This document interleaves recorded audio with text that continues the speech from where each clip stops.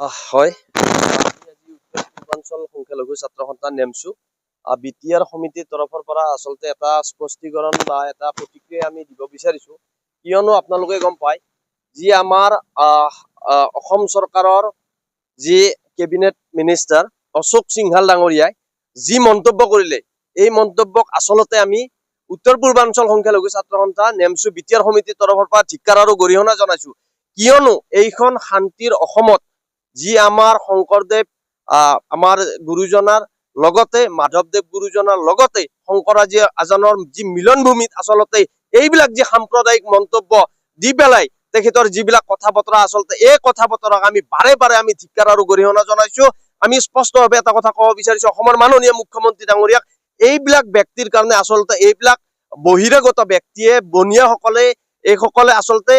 মানে এই আমাৰ শান্তিৰ অসমখনত অশান্ত কৰাৰ যি মানসিকতা এই মানসিকতা প্ৰথমতে বন্ধ হ'ব লাগে কিয়নো আমাৰ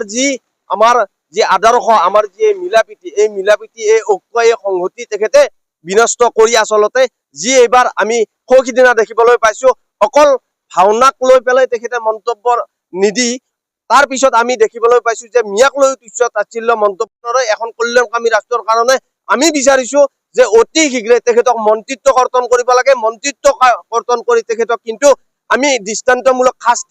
শাস্তি বিহাৰ কাৰণে আমি কিন্তু অসম চৰকাৰৰ মাননীয় মুখ্যমন্ত্ৰী ডাঙৰীয়াক আমি আহ্বান জনাইছো আৰু অশোক সিংহাল ডাঙৰীয়াক আমি সকীয়াই দিব বিচাৰিছো যাতে অনাগত দিনত এনেকুৱা ধৰণৰ সাম্প্ৰদায়িক তেখেতে মন্তব্য নকৰে তাৰ কাৰণে আমি বিটিআৰ নেমছোৰ পৰা সকিয়নি প্ৰদান কৰিছো।